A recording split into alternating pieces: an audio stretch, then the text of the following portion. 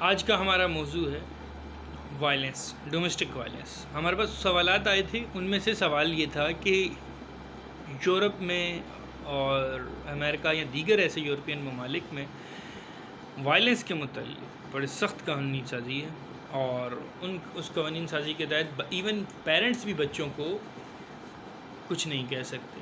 کیا پاکستان میں بھی ایسی کوئی قانون سازی ہے، کوئی ایسی ریمیڈیز حاصل کر سکتے ہیں یا نہیں حاصل کر سکتے؟ جی ہاں، پاکستان میں بھی ایسی قانون سازی ہو چکی ہے اور لیجسلیشن ہو چکی ہے، قانون بن چکے ہیں، اور ہر صوبے میں ہر پروونس کا اپنا لاز موجود ہیں۔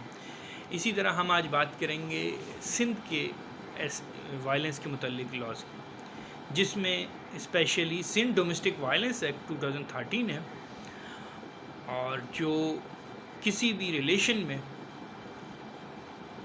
وائلنس کو روکنے کے متعلق ہے اور پریونشن آف وائلنس کے متعلق ہے، اور اگر ایسا کوئی وائلنس اکر ہوتا ہے تو اس کے خلاف remedies Sindh domestic violence act 2013 موجود ہے۔ اب سوال یہاں یہ پیدا ہوتا ہے کہ ہم ریمیڈیز کیسے حاصل کر سکتے ہیں؟ کیا ہمیں پولیس کے پاس اپروچ کرنا ہوگا، FIR لانچ کرنی ہوگی، یا کس طرح یہ ریمیڈیز ہم حاصل کر سکتے ہیں؟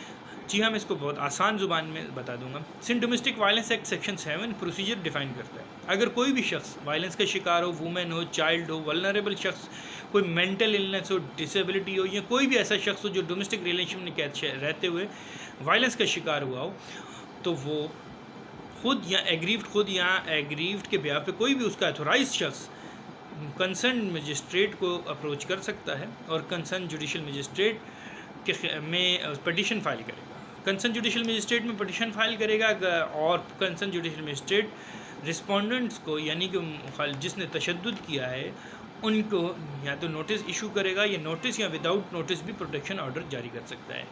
کیا Sindh domestic violence protection act صرف پروٹیکشن دیتا ہے، کوئی جزا سزا کا معاملہ نہیں ہے؟ جی نہیں، ایسا نہیں ہے۔ سندھ ڈومیسٹک وائلنس ایکٹ کی سیکشن 5 میں مختلف آفینس یا وائلنس کی ڈیفینیشن دی ہے، اور ہر ڈیفینیشن کی سزا ہے، اور سیکشن 6 میں ان کی سزائیں بیان کی گئی ہیں۔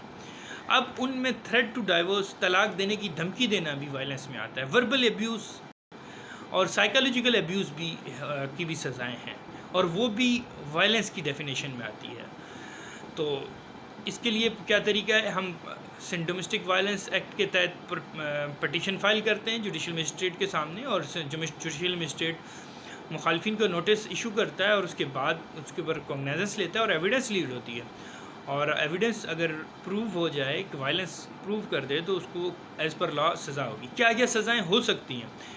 سیکشن 6 سب سیکشن 1 کہتا ہے کہ سیکشن 5 میں دیے گئے وہ وائلنس جو پاکستان پینل کوڈ میں بھی جن کی ڈیفینیشن اور سزائیں موجود ہیں، تو ان پر وہ تمام پاکستان پینل کوڈ کی سزائیں اٹریکٹ کریں گی۔ جو بھی سزا پاکستان پینل کوڈ میں اس آفینس کی لکھی ہوگی، وہی سزا دی جائے گی رسپونڈنٹ کو، اور کورٹ وہ دے گی۔